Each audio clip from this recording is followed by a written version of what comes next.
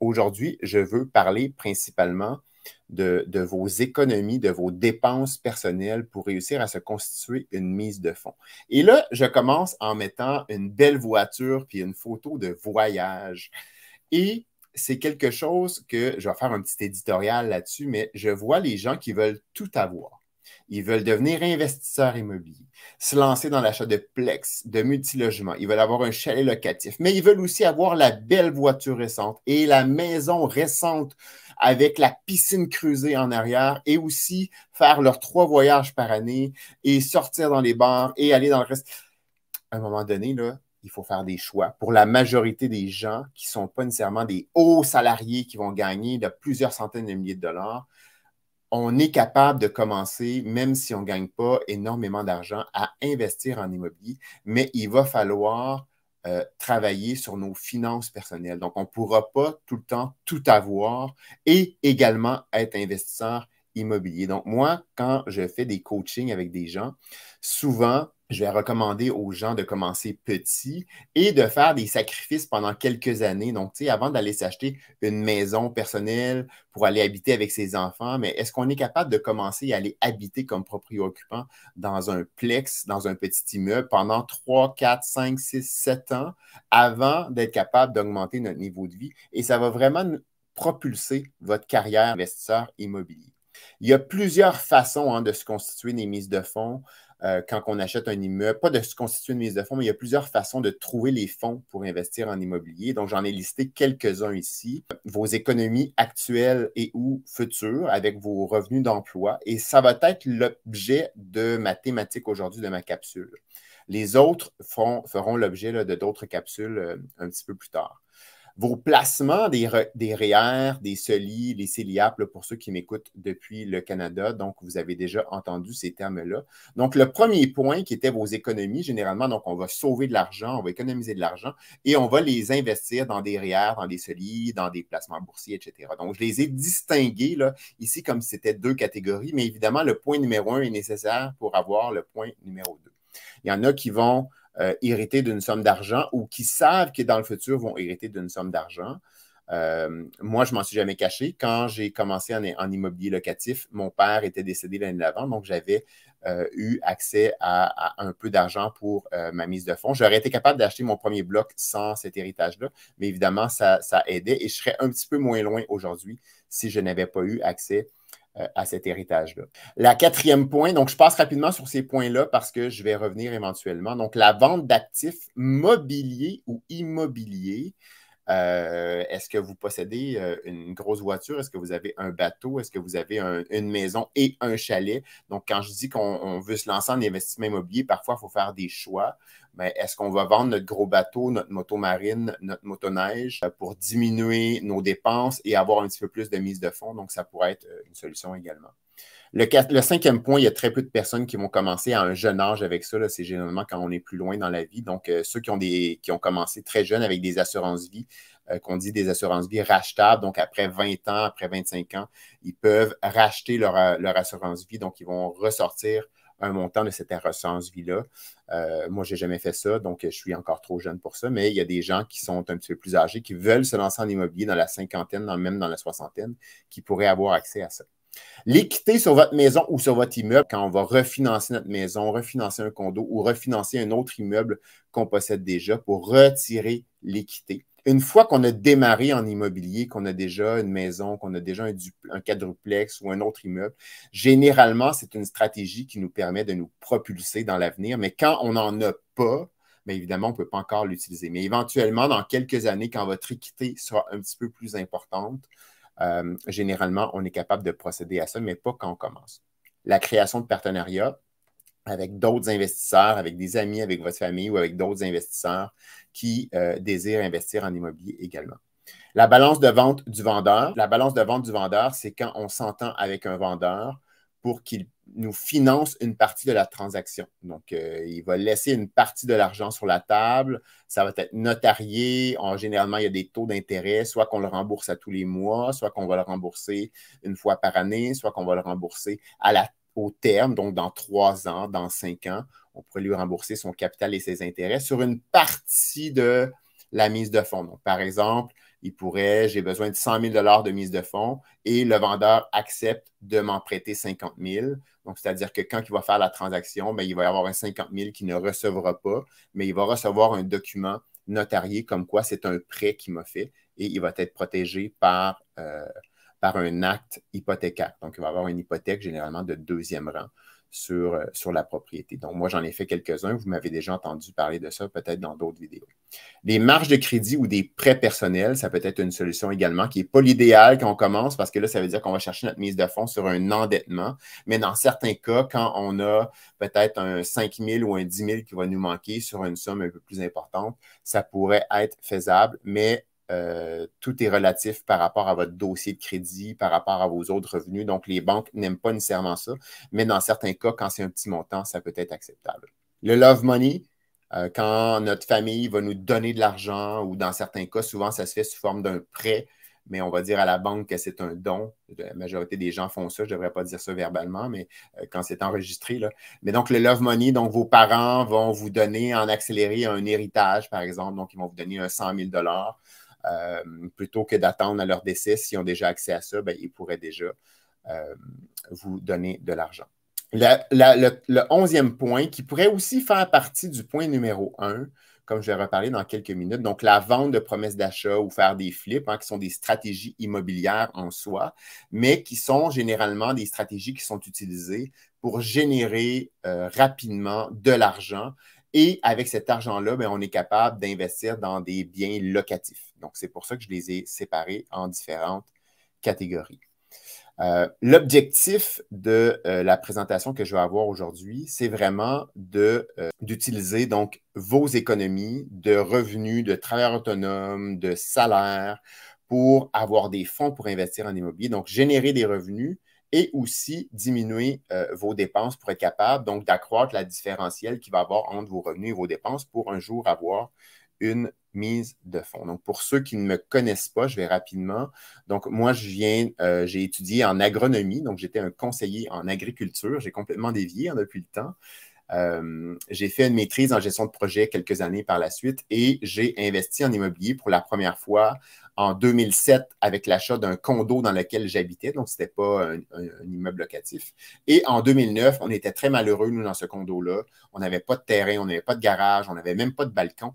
Et on était en conflit permanent avec nos copropriétaires du deuxième et du troisième étage. Donc, on avait pris la décision de vendre ce condo-là qui avait pris un peu de valeur dans les 2 années précédentes. Donc, on l'a mis en vente. On l'a vendu plus élevé que le prix qu'on demandait.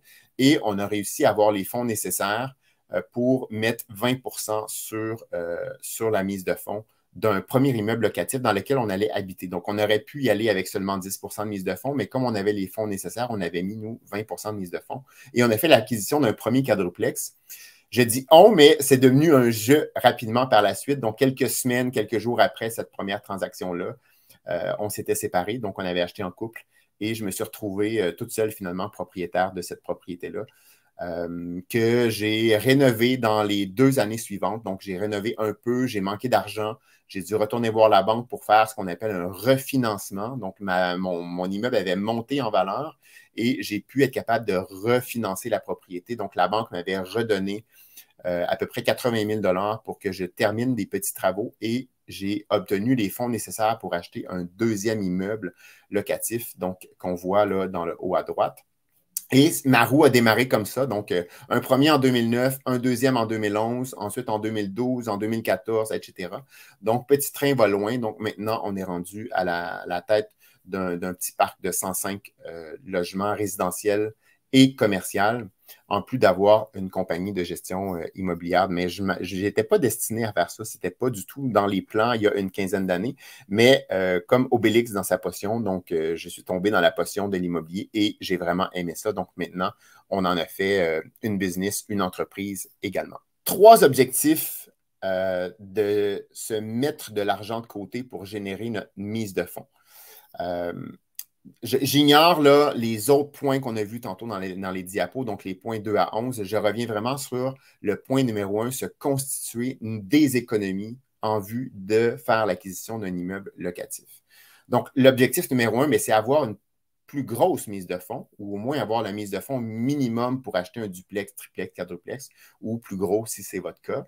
Donc, plutôt que d'aller 100% endettement. Donc, si vous dites, moi, je voudrais mettre 20%, mais qu'est-ce qu'on va faire pour économiser ce 20%-là? Donc, avoir plus de mise de fonds. Le deuxième objectif, c'est d'avoir un beau dossier à présenter à la banque. Donc, si vous arrivez hyper endetté, avec des cartes de crédit pleines, avec un paiement d'auto et un paiement de bateau et un paiement de motoneige, bien là, vous allez avoir une surprise quand vous allez faire votre première transaction. La banque, elle ne va pas vous prêter le montant probablement désiré parce que vous allez avoir des ratios d'endettement personnel qui sont trop élevés. Donc, avoir un beau dossier de crédit, donc avoir des beaux revenus à présenter à la banque. Surtout, là, on est dans une période au moment où j'enregistre ça, où on s'en va peut-être vers une instabilité financière. Donc, plus on est sécurisé au niveau emploi, mais plus la banque va apprécier ça. Le troisième point d'avoir des économies de côté, ben, c'est une fois qu'on devient propriétaire et qu'on a acheté notre immeuble, ben, c'est important d'avoir un petit coussin de côté, là, que peu importe la forme que ça prend, que ce soit des économies, que ce soit une marge de crédit, mais idéalement avoir un peu d'économie parce qu'on ne sait jamais ce qui peut se passer. Il arrive une inondation dans le sous-sol, on doit refaire le toit en urgence, etc. Donc, on n'a pas toujours des assurances qui couvrent tous les éléments. Donc, par exemple, là, je dois changer la toiture, les assurances ne vont pas couvrir pour ça. Ce n'est pas le cash flow de l'immeuble qui va vous permettre de faire ça à très court terme si ça arrive dans l'année, dans les 2 années suivant votre transaction. Donc, il faut avoir accès à des fonds. Donc, très important de penser à ça dans votre plan financier pour éviter de vous retrouver en difficulté. Votre emploi. Et là, j'ai un exemple en tête. J'ai une connaissance, il y a quelques années, qui n'était pas heureux dans son travail, il trouvait qu'il ne gagnait pas assez, mais il restait coincé dans son travail, il ne faisait aucun move pour augmenter ses revenus personnels et je l'avais assis devant des sites d'emploi à un moment donné, donc dans une discussion, je dis écoute, c'est pas si compliqué, là. Écoute, je parle pas, je remonte à il y a plusieurs années, là, maintenant, c'est encore plus facile aujourd'hui, mais je l'avais assis devant des sites d'emploi et on s'était mis à regarder les emplois disponibles dans la région et il avait augmenté d'à peu près 30-40% son revenu annuel, tout ça en s'assoyant devant son écran et en envoyant des curriculums vitae. Donc, les gens n'y pensent pas assez, mais on dirait qu'ils restent coincés dans leur... Et maintenant, imaginez, c'est tellement facile de se trouver des nouveaux emplois plus lucratifs. Donc, si vous n'arrivez pas à vous mettre de l'argent de côté, oui, vous pouvez économiser vos dépenses, mais est-ce que vous êtes capable de générer plus d'argent avec votre emploi? Est-ce que vous êtes capable d'aller voir votre patron et de négocier à la hausse votre salaire sans même changer d'emploi? Ça dépend. Hein? Si je suis professeur dans une école primaire, je n'ai pas ce pouvoir-là. Si je suis infirmière, je n'ai pas ce pouvoir-là. Mais il y a plein de domaines d'activité où on peut aller s'asseoir avec notre patron. Et si on juge qu'on vaut plus que ça, ben, on négocie une hausse salariale si c'est possible. Si ce n'est pas possible, ben, on va commencer à avoir un plan peut-être à plus moyen terme. Est-ce qu'on est capable de changer d'emploi pour un emploi plus lucratif qui va me permettre de peut-être d'économiser 10 000 $ de plus par année? Est-ce que vous pouvez idéalement, là, moi, je n'ai pas fait ça, mais c'est quelque chose que j'aurais dû faire un peu plus jeune, avoir un emploi dans la vente. Moi, je déteste vendre. Mais quand on veut s'en aller en immobilier, d'avoir des aptitudes de vente ou des aptitudes de négociation, ça va être extrêmement utile. De un, des emplois dans la vente, ça peut être très lucratif. Si vous devenez bon vendeur, vous avez des commissions généralement. Et de deux, ça va vraiment vous apprendre des tonnes de trucs et astuces pour votre carrière d'investisseur, pour acheter des immeubles, négocier avec des vendeurs, négocier avec des courtiers. Et une fois qu'on est propriétaire immobilier, on n'a pas fini de négocier. On négocie avec des sous-traitants, on négocie avec des locataires, on négocie avec des villes, on négocie avec des partenaires financiers, on va négocier des renouvellements bancaires avec nos financements. Donc, on va constamment être en train de négocier. Donc, si vous avez la chance assez jeune d'avoir des petites expériences dans la vente, dans le service à la clientèle, ça va vous aider en tant que futur investisseur immobilier. Avoir un deuxième emploi à temps partiel. Et là, j'entends déjà dire, là, Steve, là, à un moment donné, wow, hein, moi, je veux avoir une belle vie, je ne veux pas trop travailler, je ne veux pas faire de temps supplémentaire, je veux profiter de mes soirées, de mes week-ends. Vous savez que quand vous allez devenir investisseur immobilier, pour ceux qui vont vouloir gérer eux-mêmes vos immeubles, posséder un immeuble locatif, c'est comme avoir un emploi à temps partiel à côté. Ce n'est pas juste des revenus qui rentrent automatiquement le premier du mois dans votre compte de banque. Vous allez avoir des appels, vous avez de la comptabilité à faire, vous avez à faire des petits travaux, vous avez à mettre en marché des logements, à superviser des entrepreneurs. C'est un emploi à temps partiel qu'on a à côté. Donc, si vous ne possédez pas encore d'immeuble, ben, mettez-vous déjà dans ce minding-là. Donc, soit que vous travaillez un petit peu plus à votre travail actuel pour générer plus d'argent, soit que vous prenez un deuxième travail à temps partiel pour être capable de vous mettre de l'argent de côté. Donc, vous la lâcherez quand vous aurez un immeuble locatif peut-être à côté, mais temporairement, si vous travaillez 4, 5, 6 heures de plus par semaine dans un deuxième emploi, mais c'est comme si vous aviez déjà un quadruplex ou un 6 logements que vous allez vous occuper éventuellement. Ce temps-là va être le même. Avoir un sideline, hein, donc se partir d'une petite entreprise sur le côté. Il y en a qui ont travaillé à temps plein. Je connais des gens qui travaillent des très bons salaires dans des usines et qui vont travailler, par exemple, 7 jours sur 14. Mais là, ils vont travailler 3 jours, 4 jours de congé. Ils travaillent 4 jours, ils ont 3 jours de congé. Donc, ils vont se démarrer des petites entreprises d'entretien paysager, d'entretien ménager, de peinture, de taille, de headset. Il y a toutes sortes de façons, là, dépendamment de ce que vous faites dans la vie, si vous êtes manuel ou pas. Mais quelqu'un qui travaille dans un bureau de comptable pourrait très bien avoir à côté un petit sideline où elle va faire des impôts, où elle va faire de l'entrée de données quelques heures par semaine. L'objectif est ici, avec cette capsule que je vous parle aujourd'hui, c'est d'augmenter vos revenus pour vous mettre plus d'argent de côté. Se développer une entreprise en ligne, ça n'a jamais été aussi facile que maintenant de se démarrer une entreprise, surtout si on vend du service, de l'accompagnement, du coaching, de la formation. Dans votre domaine d'activité, hein, vous pourriez être quelqu'un qui est une coiffeuse et qui décide vous êtes très bonne dans votre secteur d'activité de coiffure et vous décidez de vous lancer et de faire de la formation en ligne sur des trucs et astuces de coiffure. Moi, j'en vois dans tous les domaines d'activité, mais pourquoi pas? Donc, c'est une entreprise et en lançant cette entreprise-là, en plus, vous développez vos aptitudes qui vont être nécessaires pour devenir un investisseur immobilier, également le marketing, la comptabilité, la vente, etc. Donc, ce que vous faites comme entrepreneur, ben, ça va être utile également comme investisseur immobilier. L'important, c'est d'avoir un plan. Si vous savez que vous avez besoin de 100 000 de mise de fonds parce que vous voulez vous acheter là, à Montréal, dans un quartier central, vous voulez vous acheter un immeuble et vous voulez être proprio-occupant, vous avez besoin de mettre 10 % de mise de fonds, par exemple, dans un quadruplex. Les quadruplex dans le secteur que vous visez sont peut-être à 1 million de dollars, mais 1 million de dollars, si vous mettez 20 % ou 10 % de mise de fonds parce que c'est un quadruplex, donc c'est 100 000 dollars qu'il faut se mettre de côté. Mais si maintenant, vous avez 20 000 de côté, il vous en manque 80, mais c'est quoi votre plan? En combien de temps est-ce que vous êtes capable de générer ce 80 000-là? C'est quoi vos économies actuelles? Et si vous n'en avez pas assez, mais est-ce qu'on est capable, avec ce qu'on vient de discuter, dans combien de temps vous êtes capable d'augmenter ces revenus-là pour être capable de combler le 80 000 à vous, avec vos collègues, avec vos amis et ou en couple? Okay, vous n'êtes pas obligé tout le temps de faire ça tout seul, c'est encore plus facile en couple. On essaie de vivre peut-être avec juste un des deux salaires, etc. Au lieu d'être dans une maison, on vit dans un petit appartement, etc. Donc, il y en a qui vont faire des sacrifices et qui vont se mettre beaucoup d'argent de côté. Donc, ça prend un plan d'épargne pour vos revenus. Dire, moi, dans 3 ans, je vais avoir économisé 80 000 $ de plus. Donc, ça fait combien, ça? 80 000 divisé par 3 et divisé par 12 pour que ce soit mensuel. Et vous pourriez dire, ben, je vais faire retirer un montant supplémentaire de mes payes. Vous allez avoir le service des ressources humaines et vous dites, moi, je voudrais faire un retrait. Je vais payer plus d'impôts, par exemple, vous faites mettre plus d'impôts sur chacune des payes pour qu'à vos retours d'impôts au mois de mars ou au mois d'avril suivant, vous allez avoir un gros retour d'impôts. Si vous n'avez pas la discipline de vous mettre de l'argent de côté, si vous avez cette discipline-là, tant mieux. Sinon, bien, on se le fait retirer à la source également. Vous pourriez vous faire retirer également des placements à la source qui vont être envoyés dans des comptes d'épargne de façon automatiquement par votre institution financière. Un plan pour diminuer vos dépenses personnelles, j'en parle dans les prochaines minutes, dans mes prochaines slides.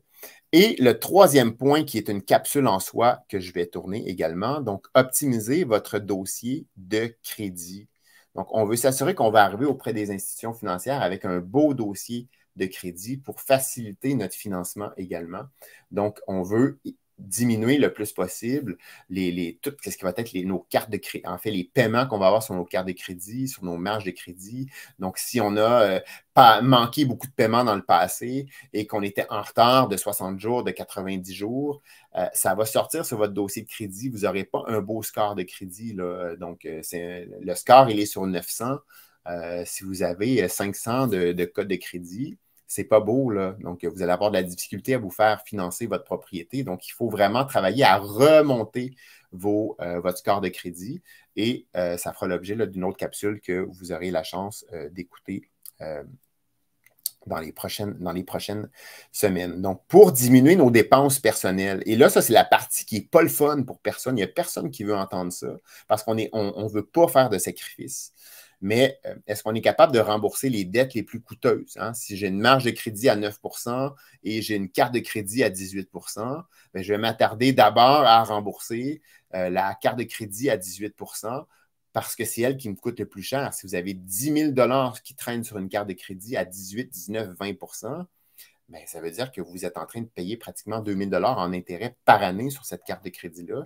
Bien, c'est donc 2 000 que vous n'avez pas pour mettre dans vos économies, que vous n'avez pas sur votre mise de fonds. Donc, il faut vraiment travailler à diminuer ces dettes coûteuses-là, incluant les dettes automobiles qui maintenant sont rendues beaucoup plus coûteuses qu'il y a quelques années. Donc, est-ce qu'on est capable de vendre également une auto récente? C'est fou maintenant, les paiements automobiles. Les gens n'y pensent pas, ils finissent l'école, ils graduent, ils arrivent, ils ont 23, 24, 25 ans, vont aller s'acheter une grosse voiture luxueuse avec des paiements de 600, 700, 800, 1000, 1200 $, j'en vois qui sont comme ça. Plus les assurances, plus l'entretien. Wow! Est-ce qu'on est capable de se débarrasser de cette coûteuse voiture-là sans trop perdre d'argent et de remplacer ça par peut-être une voiture usagée qui va nous coûter beaucoup moins cher par mois, peut-être un petit peu plus cher en entretien, mais qu'on n'aura pas des paiements qui vont nous coûter 15 000 $ par année. Donc, l'objectif, c'est de se sacrifier pendant quelques années pour avoir un levier financier pour être capable d'avoir une carrière en investissement immobilier. Mais on n'est pas capable de tout faire en même temps, la grosse voiture, la grosse maison, les voyages, etc. Donc, il faut faire des choix éventuellement. Si on est déjà propriétaire d'une maison, je donne mon exemple actuel, j'ai une belle maison. J'aimerais beaucoup changer ma cuisine. Okay? Ma cuisine, elle est très bien, elle est propre, etc., mais elle date de peut-être 20, 25, 30 ans. J'aimerais ça avoir une belle cuisine moderne. J'aimerais ça la reconfigurer. Je vais attendre encore un peu. Et moi, j'ai toujours fait ça. Mon premier quadruplex dans lequel j'habitais comme proprio-occupant, j'avais des locataires qui avaient des cuisines et des salles de bain beaucoup plus luxueuses que moi. Donc, je rénovais les logements de mes locataires avant de rénover mon propre logement à moi. Donc, d'ailleurs, ma cuisine dans laquelle j'ai habité dans mon premier quadruplex, elle date, je vous dirais, de 1985 en mélamine blanche. Elle est très propre. Elle est toujours comme ça. Moi, j'ai habité dedans pendant 10 ans. Je ne l'ai jamais changée.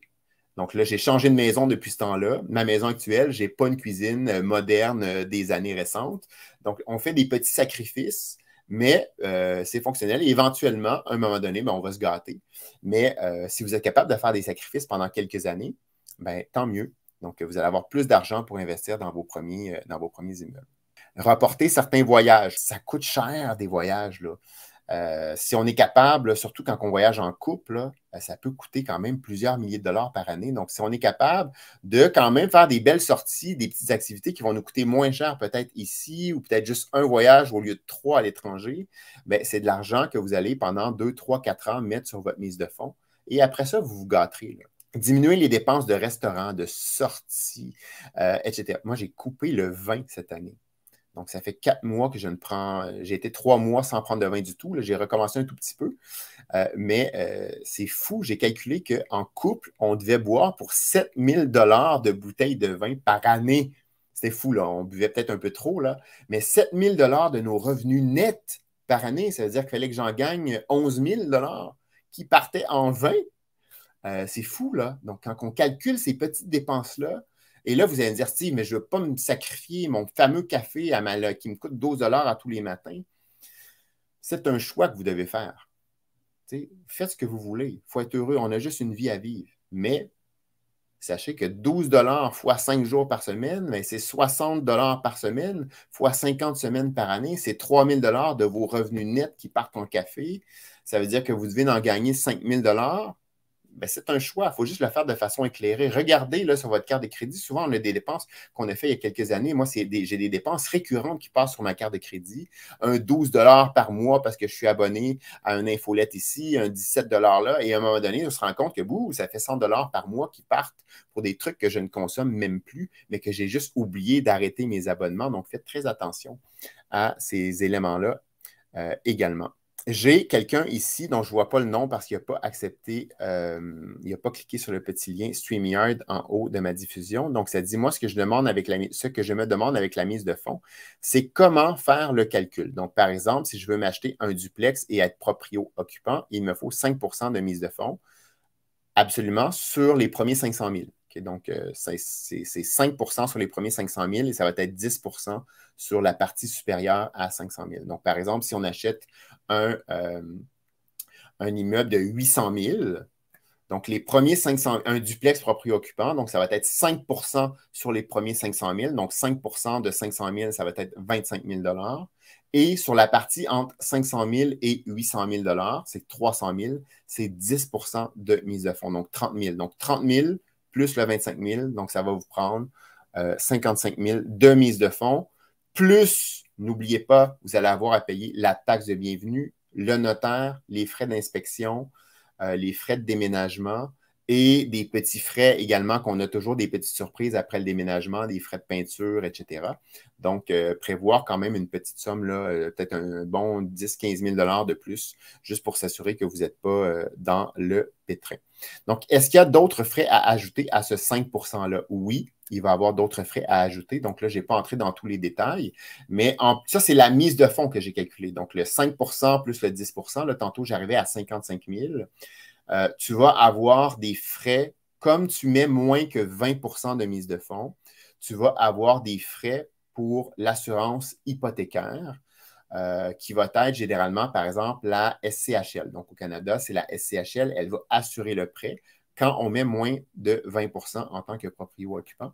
Et tu vas avoir des frais qui vont être, là, je fais un chiffre rond aujourd'hui, mais à peu près 5 de ton montant du prêt. Donc, si tu as un prêt qui serait de à peu près donc 800, mettons à peu près 750 000 ton prêt, mais tu aurais à peu près 5 de frais sur ton 750 000, mais ces 5 de frais-là s'ajoutent à ton prêt. Et tu vas devoir calculer la taxe de vente du Québec, qui est à peu près de 9 si j'arrondis, sur cette taxe-là, pas de la taxe, mais les frais de la SCHL. Donc, tu vas devoir le payer, ça, chez le notaire. Donc, on ne peut pas rajouter la TPS et je pense que c'est la TVQ, pardon, là, on ne peut pas la rajouter sur le prêt. Donc, tu as un 9 à prévoir sur tes frais SCHL.